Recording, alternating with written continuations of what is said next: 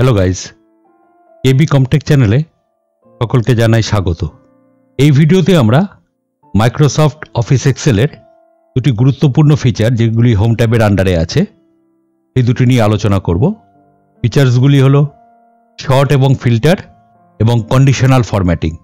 এই দুটি ফিচার খুবই গুরুত্বপূর্ণ, যেটি প্রচুর কাজের জন্য ব্যবহৃত হয়। তাহলে চলুন শুরু করা যাক আমাদের মাইক্রোসফট অফিস এক্সেলের হোম ট্যাবের দুটি গুরুত্বপূর্ণ ফিচার, শর্ট অ্যান্ড ফিল্টার এবং কন্ডিশনাল ফরম্যাটিং। শর্টিং করা মানে হলো কোনো নাম বা কোনো নাম্বারকে নামের ক্ষেত্রে যদি হয় সেগুলিকে অ্যাসেন্ডিং অর্ডার অর্থাৎ A to Z অর্ডারে সাজানো, সেটা হলো অ্যাসেন্ডিং অর্ডার। আর Z to A অর্ডার এটাকে বলা হয় ডিসেন্ডিং অর্ডার। আর নাম্বারের ক্ষেত্রে সেরকম হতে পারে ছোট থেকে বড় মানে স্মলেস্ট টু লার্জেস্ট বা বড় থেকে ছোট লার্জেস্ট টু স্মলেস্ট। প্রথমে আমরা এখানে যে কলামটির ওপর বেস করে আমরা শর্ট করতে চাইছি, মনে করা যাক আমরা এখানে স্টুডেন্ট নেমের ওপর বেস করে শর্ট করতে চাইছি। যে কোনো আমরা একটি জায়গায় সেলটিকে অ্যাক্টিভ করে রাখার পর এখান থেকে হোম ট্যাবের অধীনে এডিটিং গ্রুপের আন্ডারে শর্ট অ্যান্ড ফিল্টার বলে যে অপশানটি আছে সেখানে ক্লিক করে আমরা এখান থেকে বলতে পারি শর্ট A to Z। তাহলে দেখুন নামগুলি A to Z অর্ডারে সাজিয়ে গেছে। আবার আমরা যদি এখান থেকে ক্লিক করে বলি শর্ট Z to A, তাহলে নামগুলি আবার দেখুন Z to A অর্ডারে সাজিয়ে গেছে।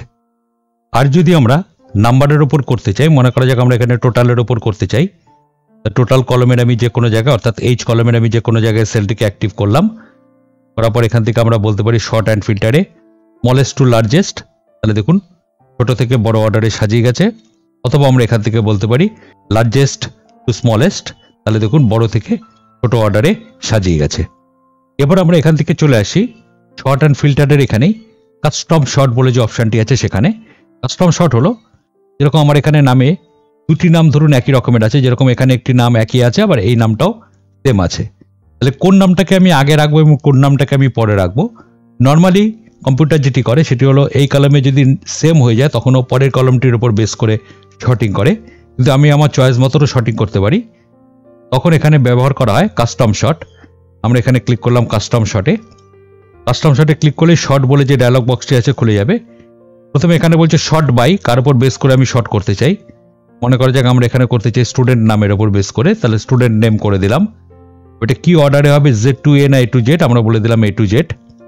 এবং পরের যদি একই নাম থাকে তারপর পরের কোন অর্ডারের উপর বেস করে করব, তখন আমরা এখান থেকে ক্লিক করতে পারি অ্যাড লেভেল বলে যে অপশানটি আছে এখানে ক্লিক করলাম। এখানে বলে দিলাম দেন বাই, আমরা মনে করা যাক চাইছি টোটালের ওপর বেস করে আমরা করতে চাইছি লার্জেস্ট টু স্মলেস্ট, তাহলে টোটালের উপর বেস করে হবে। তার মানে যখনই দুটো নাম একই পাবে তখনও টোটালের উপর বেস করবে। টোটালও যদি একই হয় তখন আবার অ্যাড লেভেল করে আমরা আরেকটিকেও এইভাবে সেট করে নিতে পারি। করার পর এখানে আমরা যদি ওকেতে ক্লিক করি তাহলে দেখুন এখানে এই যে দুটি নাম একই রয়েছে, এই দুটি নামের মধ্যে দেখুন এই টোটালটি বেশি একে আগে নিয়েছে, এই টোটালটি কম একে পরে নিয়েছে। এবার আমরা এখান থেকে চলে আসি ফিল্টার অপশানে।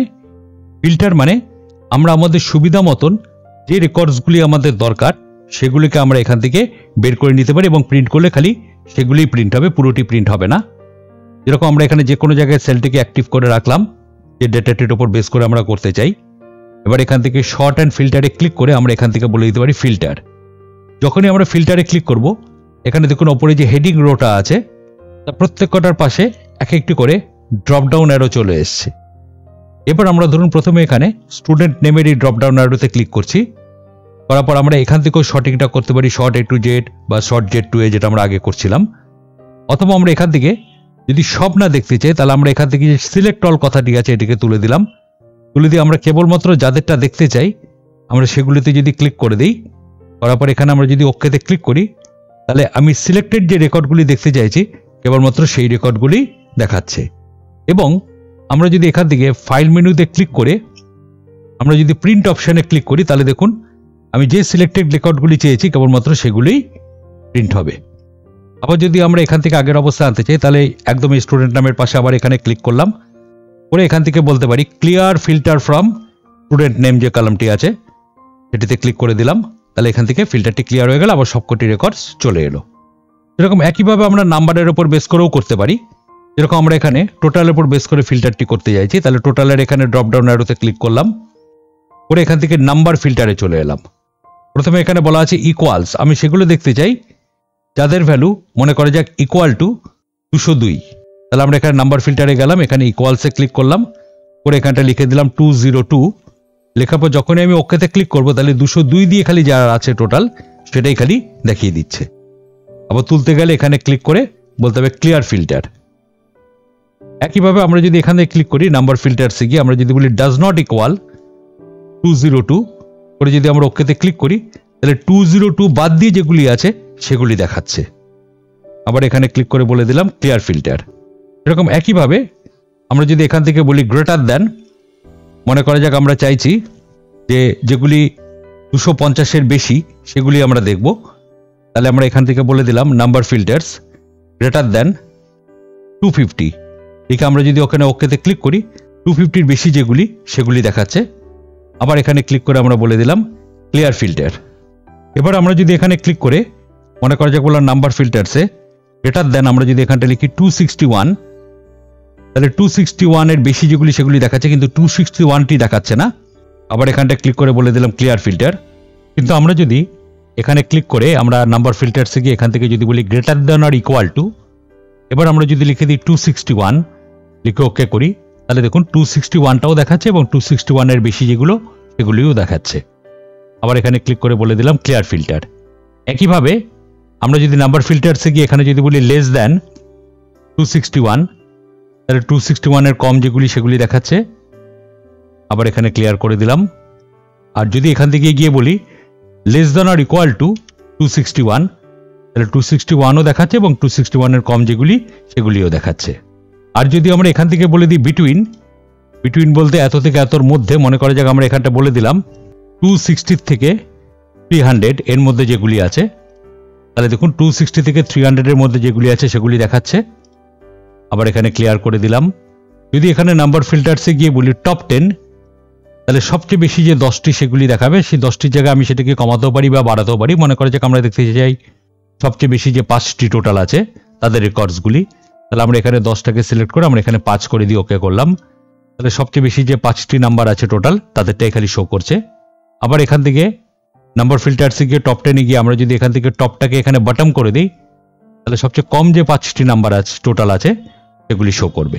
এখান থেকে আবার বলে দিলাম ক্লিয়ার ফিল্টার।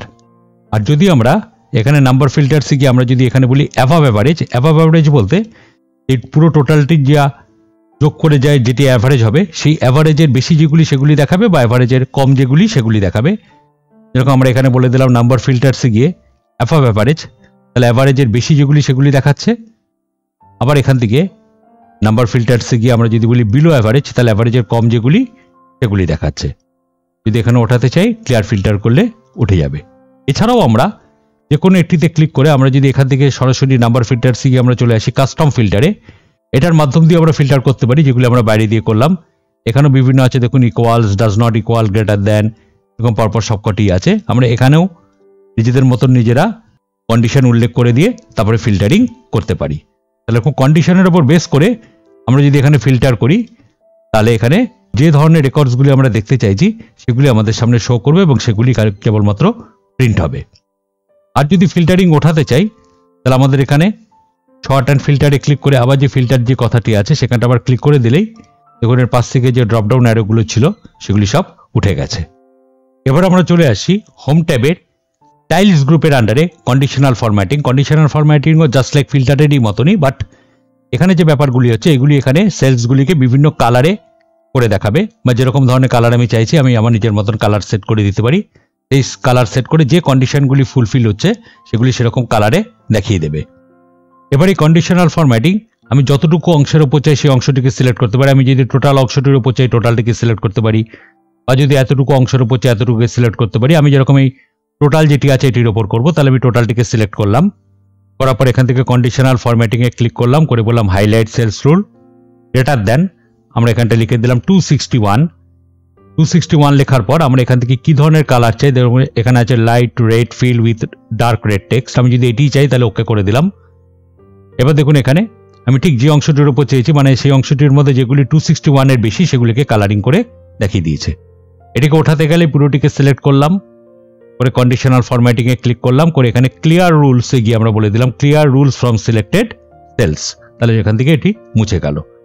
একইভাবে আবার গেলাম এখান থেকে লেস দ্যান, এখানে বলে দিলাম 261, করার পর এখান থেকে আমরা এখানে কালারটিকে চেঞ্জ করতে পারি। আমরা যদি বলি ইয়েলো ফিল, তাহলে দেখুন এখানে কালারটি চেঞ্জ হয়ে যাচ্ছে, গ্রিন ফিল এরকম হয়ে যাচ্ছে, লাইট রেড ফিল, তাহলে দেখুন এরকম ফিল আপ হচ্ছে, রেড টেক্সট, তাহলে লেখাগুলি সব লালে হয়ে যাবে, রেড বর্ডার, তাহলে এরকম রেড বর্ডারে হয়ে যাবে। আর আমি যদি নিজের মতন নিজে কালারিং দিতে চাই তখন আমাদের এখান থেকে যেতে হবে কাস্টম ফরম্যাটে। কাস্টম ফরম্যাটে যাওয়ার পর এখান থেকে ফরম্যাট সেলস যে অপশানটি আছে সেখান থেকে আমি লেখাগুলিকে মনে করে যাক বোল্ড করতে চাই, লেখার কালারগুলিকে মনে করে যাক আমি ব্রাউন করতে চাই। বর্ডারে গিয়ে আমরা এখান থেকে বলে দিলাম কি ধরনের বর্ডার চাই, আমরা এখান থেকে স্টাইল নিতে পারি। আর বর্ডার কালারটি বলে দিলাম মনে করে যাক এই কালার হবে, দিয়ে বললাম আউটলাইন। আর ফিল আপে গিয়ে আমরা এখান থেকে কি কালার দিয়ে ফিল আপ করতে চাই আমি সেই কালারটি বলে দিতে পারি, বা এখানে ফিল এফেক্টসে যেতে পারি, এখানে আমরা গ্রেডিয়েন্ট কালার দিতে পারি, যেরকম বিভিন্ন গ্রেডিয়েন্ট কালার আছে। এখানে ফার্স্ট কালার একটা বলে দিলাম, আর এখান থেকে সেকেন্ড কালার একটা বলে দিলাম, তাহলে এরকম কালার দিয়ে ফিল আপ হবে। দিয়ে আমরা এখানে ওকে করলাম, আবার যদি এখানে ওকেতে ক্লিক করি, তারপর এখানেও যদি আমরা ওকেতে ক্লিক করি, তাহলে এবার দেখুন আমি যেরকম স্টাইল দিয়েছি সেই স্টাইলে কালারিং হয়ে গেছে।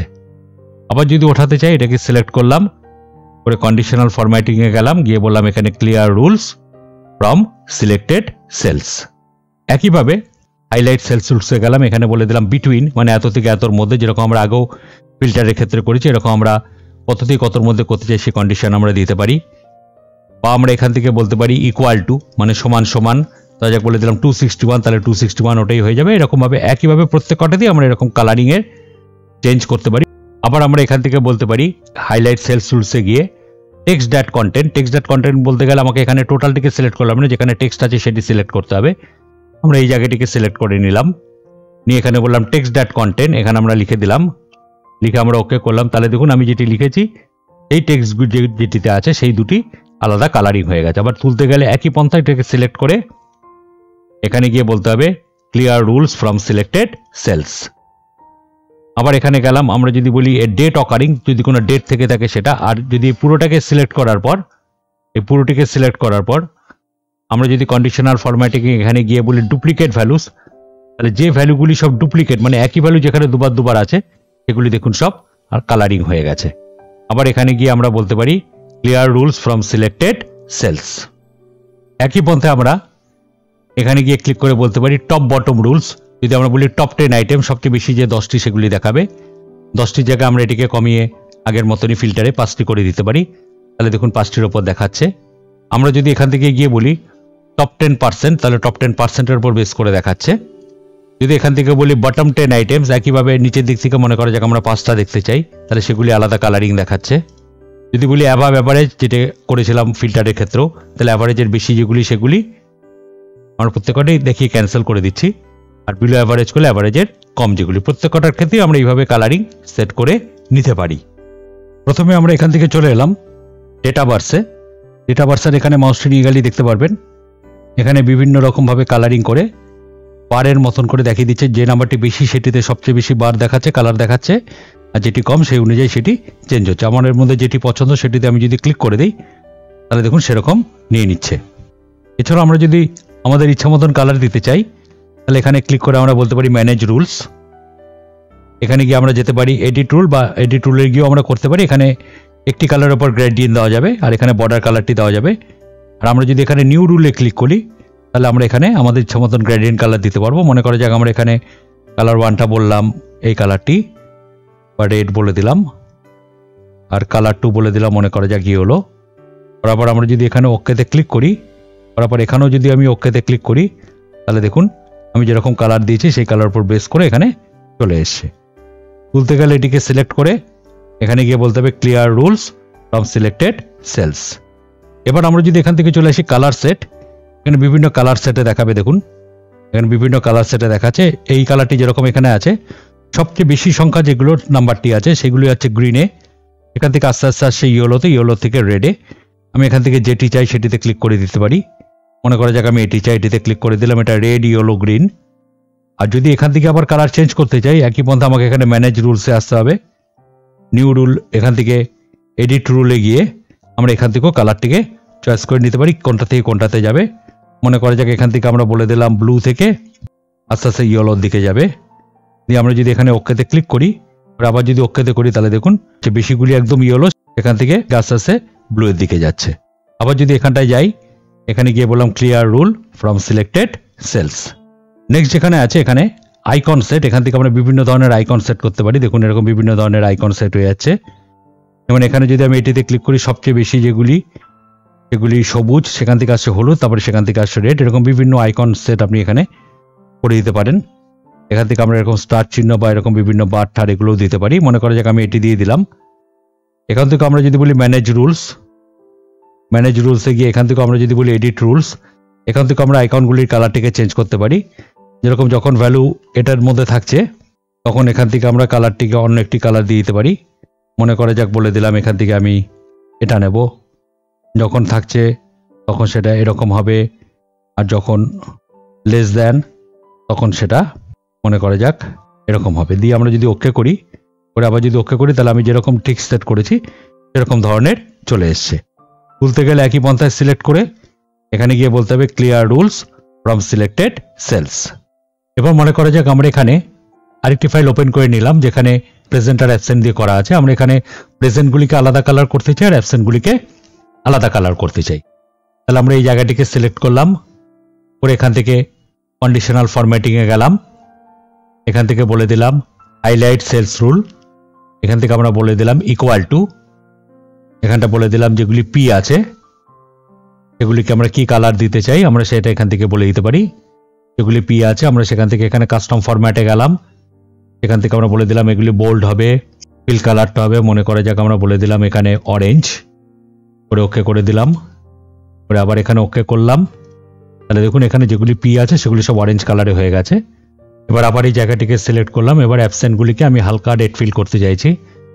আবার এখানে গেলাম ইকুয়াল টু, এখানটা লিখে দিলাম এ লাইট রেড ফিল, করে ওকে করে দিলাম। এবার দেখুন যেগুলি প্রেজেন্ট আছে সেগুলি এই কালারে হয়ে গেছে, যেগুলি অ্যাবসেন্ট আছে সেগুলি একটি আলাদা কালারে হয়ে গেছে। এই ছিল আমাদের এক্সেলের সর্ট অ্যান্ড ফিল্টার এবং কন্ডিশনাল ফরম্যাটিং, যেটি খুবই গুরুত্বপূর্ণ ফিচার। এগুলি কিভাবে ব্যবহার করা হয়। এক্সেলের আগের দুটি পার্ট যদি আপনারা না দেখে থাকেন তাহলে ডেসক্রিপশন বক্সে লিঙ্কে ক্লিক করে দেখতে পারেন, যেটি হোম ট্যাবের ফার্স্ট পার্ট এবং হোম ট্যাবের সেকেন্ড পার্ট। ভিডিওটি পছন্দ হলে অবশ্যই লাইক এবং বন্ধুদের সঙ্গে শেয়ার করবেন আর সাবস্ক্রাইব করতে ভুলবেন না। এখানেই শেষ করছি, ধন্যবাদ।